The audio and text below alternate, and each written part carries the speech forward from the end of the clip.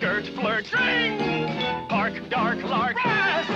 Blush, gush, mush, tryst, kissed, blissed, nice, rice, splice, cling, ring, zing. Everybody! I just need the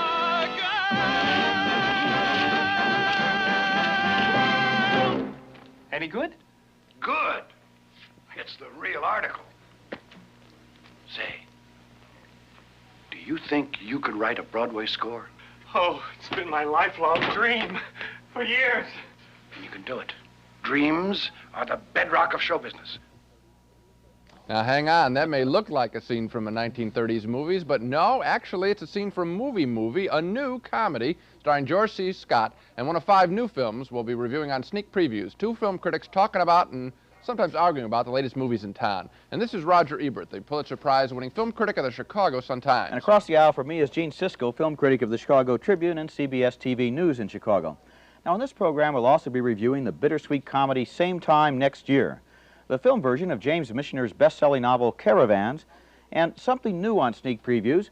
We're going to take a look at a big Hollywood hit that's coming to network television for the first time, the enormously popular American Graffiti. But first, Gene starts with a movie called Ice Castles. 2 shows ago, Roger, I complained about the many love stories we seem to be getting about cripples and seriously ill people. Boy, that's such an easy way to gain sympathy for characters and for a movie. Well, it's only February, and already we've got another sympathy flick, Ice Castles, a love and courage story about a teenage girl skater who wants to make it to the Olympics. Now, in the beginning of the film, at a practice for a regional competition, she really dazzles the other more experienced skaters who come from much bigger towns.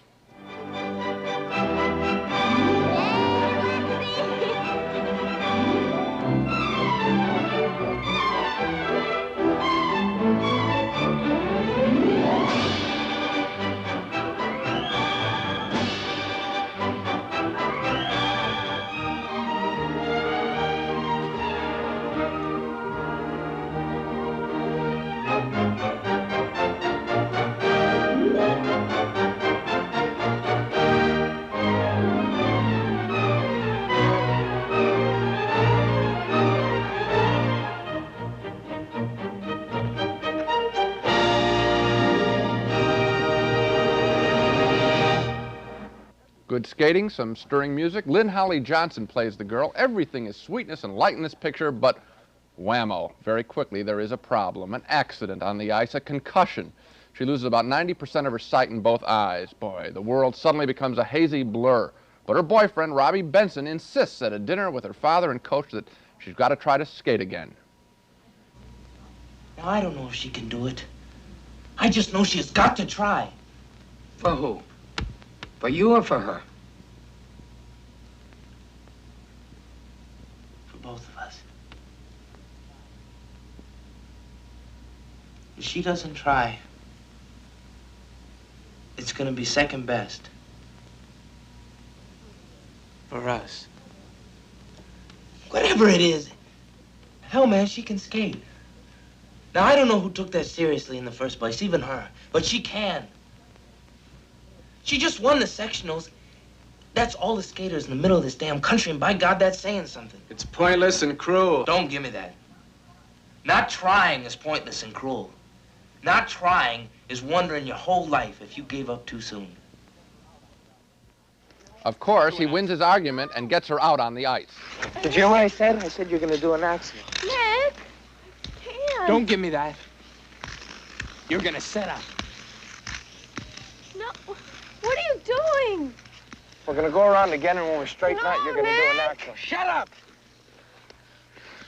You're gutless. Can't you do it without the TV cameras?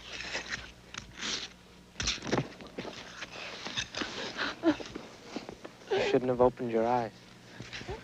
You're sure a better skater than you are a fighter.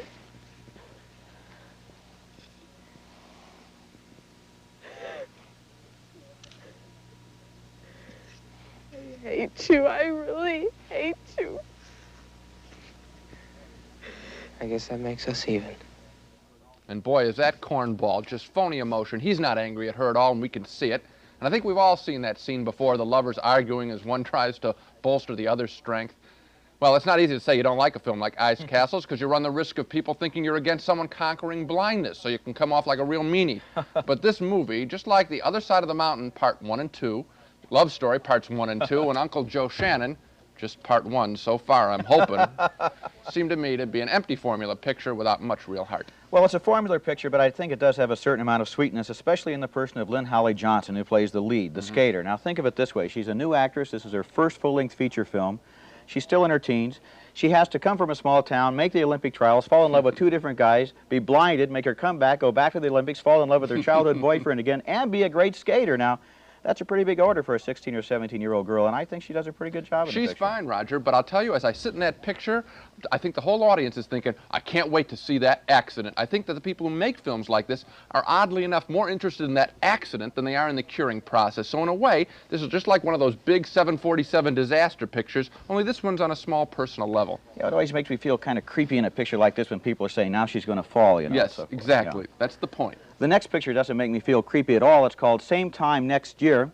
The story of a couple who make it a point to meet at the same country resort one weekend of every year for 26 years. Now, that sounds innocent and romantic enough, except they aren't married to each other. He's faithful to his wife, she's faithful to her husband, and except for that one weekend every year. The movie's basically just a film version of the hit stage play Same Time Next Year, but the play was a good light entertainment with moments of truth, and so's the movie. There's a sort of wonderful chemistry that gradually develops between the couple, played by Alan Alda and Ellen Burstyn. But the first time they spend the night together, Alda feels guilty in the morning and tries to silently sneak away.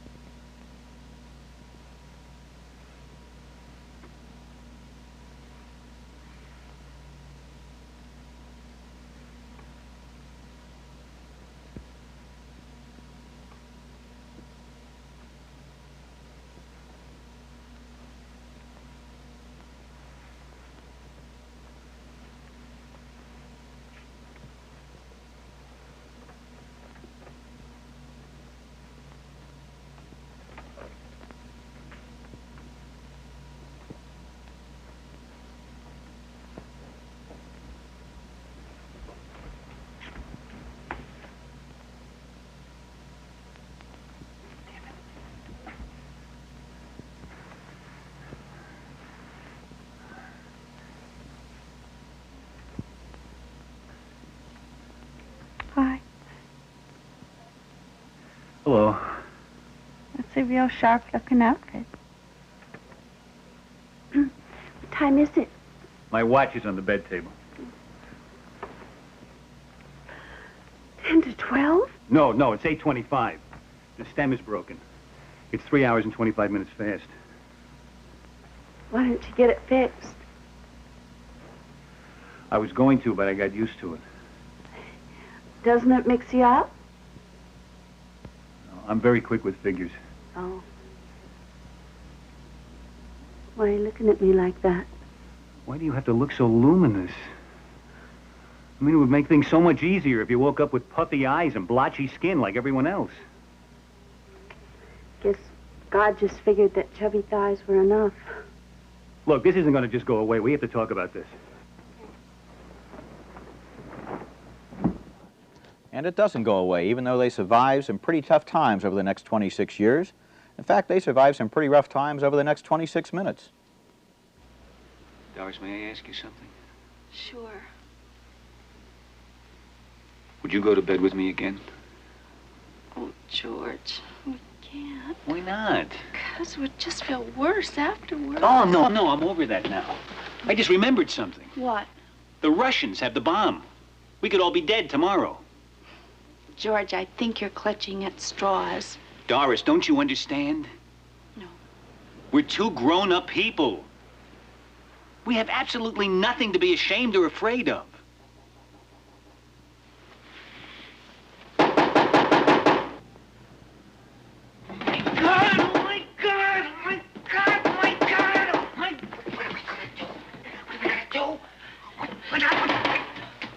Coming! I have my bag. I have my bag. You're right there. Wait a minute. Where are you going? Wait a minute.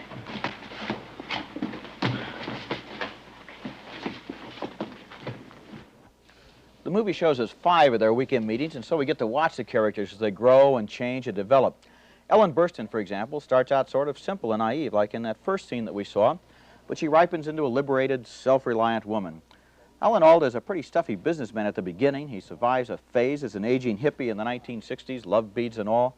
Then he mellows into a pretty nice guy. In fact, they're both pretty nice people by the movie's end, and we've sort of grown up with them as their experiences over the years maybe reflect some of our own.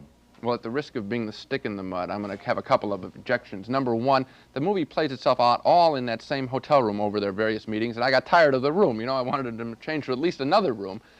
More important, though, I think the film for me was very much like a written stage play. It was a stage play, and when I hear these scripts where everything is pat and cut and dried and oh so clever, I think, hey, those aren't real people up there. It's just people talking a script. Well, the people that I know, my friends don't talk like that, and that's why I go to the movies. I'd rather pay $4 and get away from the way my friends talk. I think, well, nothing against my friends, but drama heightens language. I mean, you should have witticisms, mannerisms, epigrams, double meanings, great comebacks, and so forth. And well, that's what you go to a comedy for, isn't it? But Not see, to hear slice-of-life realism. You know what happened, though? I didn't believe these people exist, and then they separate every little episode that they get together with scenes from real life, from 67, revolutions and things like this, 72, 73, and those photos, for me, were much more touching and real than these characters. So every time they came back to the characters, I sort of got let down. I didn't. Okay, then you liked it. I loved it. All right, well, I tell you, I liked it a little bit more, maybe a lot bit more than this next picture. Our next film is almost as dumb enough to be included in our Dog of the Week lousy movie category. It's Caravans, a creaky old-style desert picture about a nice young American man trying to rescue the beautiful daughter of an American senator who has run off in the desert with a nomad king. It's that old story of whether the beautiful girl prefers to live in boring America or with a noble savage. Michael Sarrazin confronts Jennifer O'Neill as she hides out in the desert with Anthony Quinn.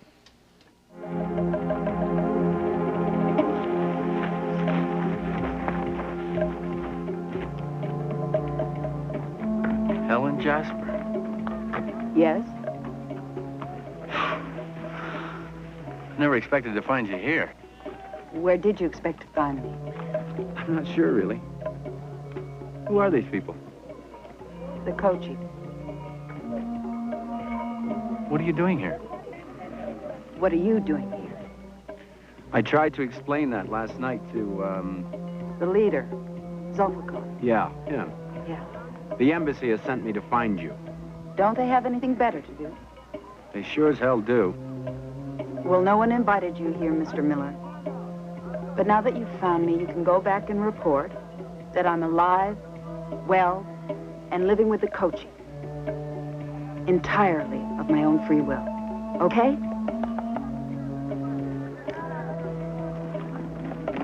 No, it's not okay.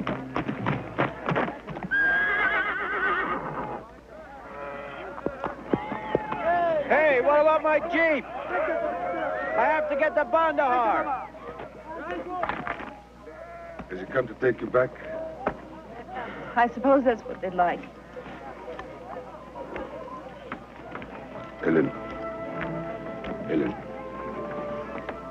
If you want to go, you go. With us, you're free. I know that. I came here because I wanted to, and I'll go when I want to. They can't make me. Suppose he brings soldiers. I doubt it. Ellen, I don't like doubts. Maybe I should kill him now. I would feel better. No. Just leave him alone. Out here in the sun, he will die anyway.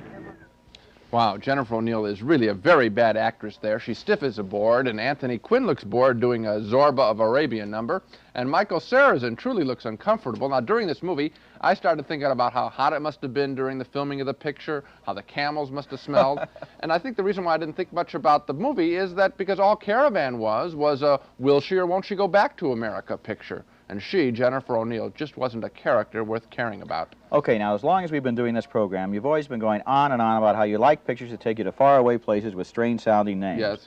We have finally got you aboard a camel caravan crossing the Persian desert, and you're not happy. Well, I'm not happy because, true, it does take me away from my movie seat physically. In other words, I'm looking at a faraway world. But every time these actors come on with this phony dialogue, Sarrazin and O'Neill, They, with their nasal accents, they sound like they just got off the beach at Malibu, you know. I really didn't, I was reminded I was back in a movie. You know, it's funny that Hollywood spent millions and millions of dollars to make this picture in Iran last year, needless to say, and the picture used to be made better in the back lot in Hollywood studios. Yeah, we're just getting bad dialogue. There's no verb. These are not exciting people. Here's one that has some exciting people. You know, even the movies that are the biggest hits at the box office aren't seen by nearly as many people in movie theaters as when they eventually turn up on television. So, from time to time on Sneak Previews, we're going to be reviewing important movies that are about to be shown on network TV for the first time, sort of a sneak reviews. Anyway, on Sunday, February 18th, NBC will be broadcasting a landmark 1974 film called American Graffiti. You could almost say this picture started the revival in teenage nostalgia. The movie takes place during the early 1960s, and it's about a bunch of teenagers on the last night before their high school graduation, the last night they could still be kids. The movie star was a newcomer named Richard Dreyfuss, and here he is in that basic teenage trauma situation, the straight kid confronting the greasers. That is. Oh, yes, I'm the great pretender. Pretending that I'm doing well. My need is such, I pretend too much. I'm lonely, but no one can tell. What are you doing, creep? Who, me? No, I'm talking to the other 50 creeps here. You know Gil Gonzalez? Gil Gonzalez? No. No, I don't. Don't know Gil? Well, you oughta. He's a friend of ours, and that's his car you get your butt parked on.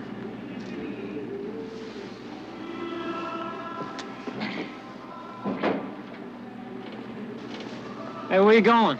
Nowhere. Well, you must be going someplace. I mean, you left here, didn't you? Man, spring over here. I want to show him something. Here. Bend down here. Look across there, see? Right across there, you see? Yeah, I guess so. You scratched it, man. And what do you get off sitting on Gil's car, man? Sorry. It's really not much of a scratch. I don't think it's even... Ain't the size that's in question here. It's the principle. Principle. Right. Oh, jeez, this is gonna be tough.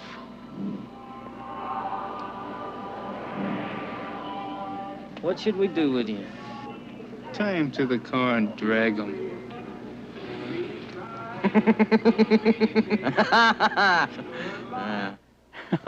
I was that kid. I'm telling you, this movie really strikes a chord, and Dreyfuss is great in that scene. He won an Academy Award as Best Actor just 4 or 5 years later. American Graffiti seemed to strike a responsive chord in a lot of people who remembered the early 60s, the days before the assassinations in the Vietnam War, the days when cruising down Main Street took on an almost metaphysical significance. And I don't know, I think no matter when we went to high school, somehow we felt we graduated with that class. I love this movie. I love the music.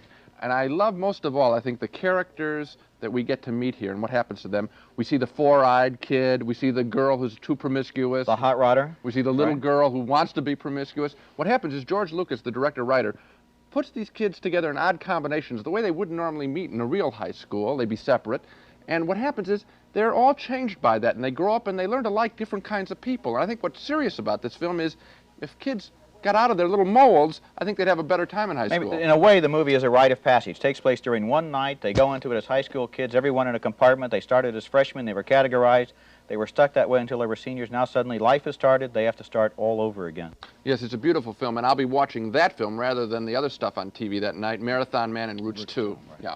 Now, here's another film with a different kind of nostalgia. Last time in our 1978 Year in Review show, we mentioned the big trend in movies today is light-hearted, old-fashioned entertainment. Well, our next film, Movie, is truly a throwback to old-fashioned movies. It's a parody of a 1930s double feature, a boxing film, then a musical, and in between we get some coming attraction previews, all in just an hour and 3/4. The first short film is called Dynamite Hands, shot in black and white, with George C. Scott as a kind-hearted old boxing manager who spots a champion hiding inside an innocent young delivery boy. The kid wants to make just enough money from the fight game to pay for an eye operation for his sister. Listen to this parody of old-time movie dialogue. You gotta run, sweat, spar, punch. You gotta give it and take it and give it. You gotta turn your hands into iron, your body into steel. You gotta work till fighting's the only thing you think of. Until you're sharp and fast. You can destroy a man in the ring. When's my first fight? Tuesday. Boss, 3 days? It ain't for the title. We gotta find what we got here. What kind of animal? I ain't no animal. I'm a Hungarian. And get this, Mr. Fight Manager. You want work? I'll work for you. I'll sweat. I'll train. But just until I made 25 G's. After that, I'm out of the fight game. Is it a deal? Get lost. We ain't gonna knock ourselves out just for the exercise. Whatever you say, kid. I don't get it. A man's life is his main event, Peanuts. He can take off his trunks anytime he wants. It's a deal. Well, what do I sign? Gloves Malloy never had a piece of paper with no fighter. Here's my contract. Shake. A very cute scene. Will the kid win his big fight? Come on, of course he will. But the story gets much cornier and goes way beyond that. Movie is great because unlike that corny Ice Castles movie, the ice skating film, which was a total cliche, this film laughs affectionately at old movie cliches. The second short film in Movie is shot in color. It's a musical, Baxter's Beauties of 1933, with a young accountant, Barry Bostwick, getting inspired to write a hit song by a girl as they bill and coo on where else but a tenement rooftop. This morning I got off the bus and tonight I'm in the chorus. Shows to go here. What did you say? Oh, this morning I got off the bus. No, after that. Just shows to go here? That's it. A piano on the roof. It was stuffy in my room. You know, talk about you can't believe it. This morning I was an accountant. Tonight I'm writing a Broadway score. Oh, Dick. And I only needed one more song to finish, and now I've got it. Thanks to you. Me? Listen. One day you're sick, next day you're healthy, morning you're poor, but midnight you're wealthy. So don't let the bad news throw ya. Just shows to go ya. That's what I just said. Monday it rains, Tuesday it's sunny, 1 o'clock sad, but 2 o'clock funny. Remember when ill winds blow ya. Oh, just shows to go right. Here. Oh, Dick. Well, while we're humming that tune, they both wind up in a hit musical on Broadway, and it's time for the roulette wheel number.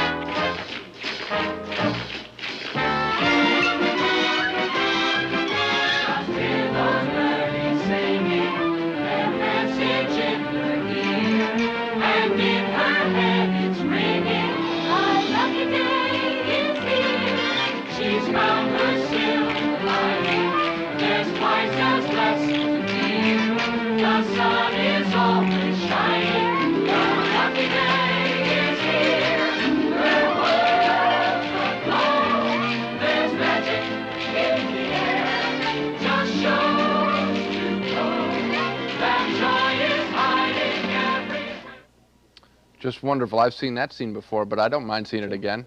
And now George C. Scott, of course, appears in this film too, as this time as a theater owner who desperately needs a hit. And it's no crime to tell you, of course, that he gets one, and happy to say, much more. In short, Movie is a witty, good old time, truly a lot of fun. I wish I could go all the way with you. I cannot quite. I liked a lot of the movie. I laughed frequently. George C. Scott has two just absolutely hilarious parodies of Hollywood death scenes. But I don't know, both boxing movies and musicals are kind of parodies of themselves, and this one had to push so far to get beyond them that I thought I could finally just find it straining. I disagree, because I think that the people who made these pictures are in love with these kind of pictures. I think they secretly know that Hollywood isn't doing any better than when it made those pictures. Maybe they should have made a real one then instead of a parody. Well, that's the signal from Spot the Wonder Dog, who can spot bad films like fire hydrants, that it's time for Dog of the Week. the feature where each of us picks the week's worst movies. Well, Spot, my dog this week is an expensively publicized movie called Beyond and Back. He wants to prove there's life beyond the grave, but I've got very bad news for you. I'm afraid that it doesn't. Instead, it gives us very bad actors playing people who've allegedly died and departed from their bodies and taken an all-expense-paid trip around the universe and return once again to Earth. But what I want to know is if these people really made it back, how come they aren't in the movie? Well, a pseudoscientist stands around narrating the film, but the real hero is whoever designed the intensive TV ad campaign.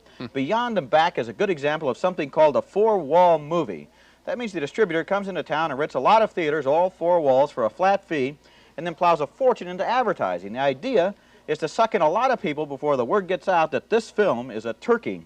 The only good thing about most four-wall movies, Gene, is that the walls of the theaters have doors, so you can get out. I think I'll never get inside that one. My Dog is another fast buck affair with a big advertising campaign. It's a depressing hangdog, sorry about that, film, a shallow would-be documentary, The Late Great Planet Earth, which interprets current world crisis like the oil shortage, famine, and air pollution as signs that the world is coming to an end, much as is prophesied in the book of Revelations. In other words, you can pay up to $4 to see this movie and walk out of the theater feeling thoroughly depressed. Orson Welles serves as narrator, but even he can't sell this bilge, which speculates that we're all headed toward the end of the world, with the signals being the founding of Israel and the European Common Market. What a lot of nonsense. Indeed, so much for the dogs. Let's take another look at the major movies on this program. Ice Castles, rated PG, was a slippery romance about a figure skater. Gene thought it was cornball. I thought the performances were mostly good, but we both gave it a no vote. We can't recommend you see it. We had a split decision on Same Time Next Year.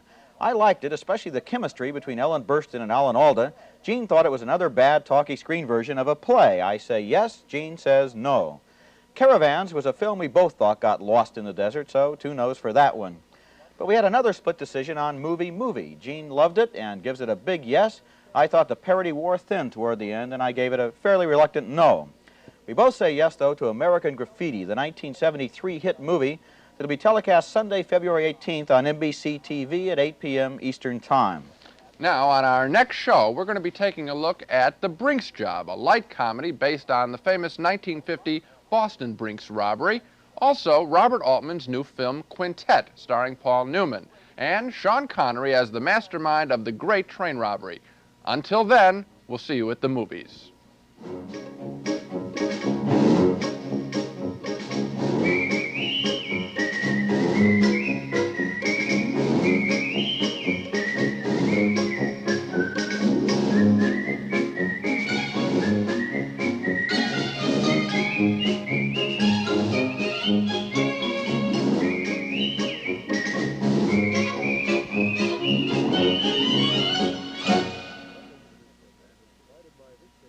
Funding for this program is provided by this station and by other public television stations.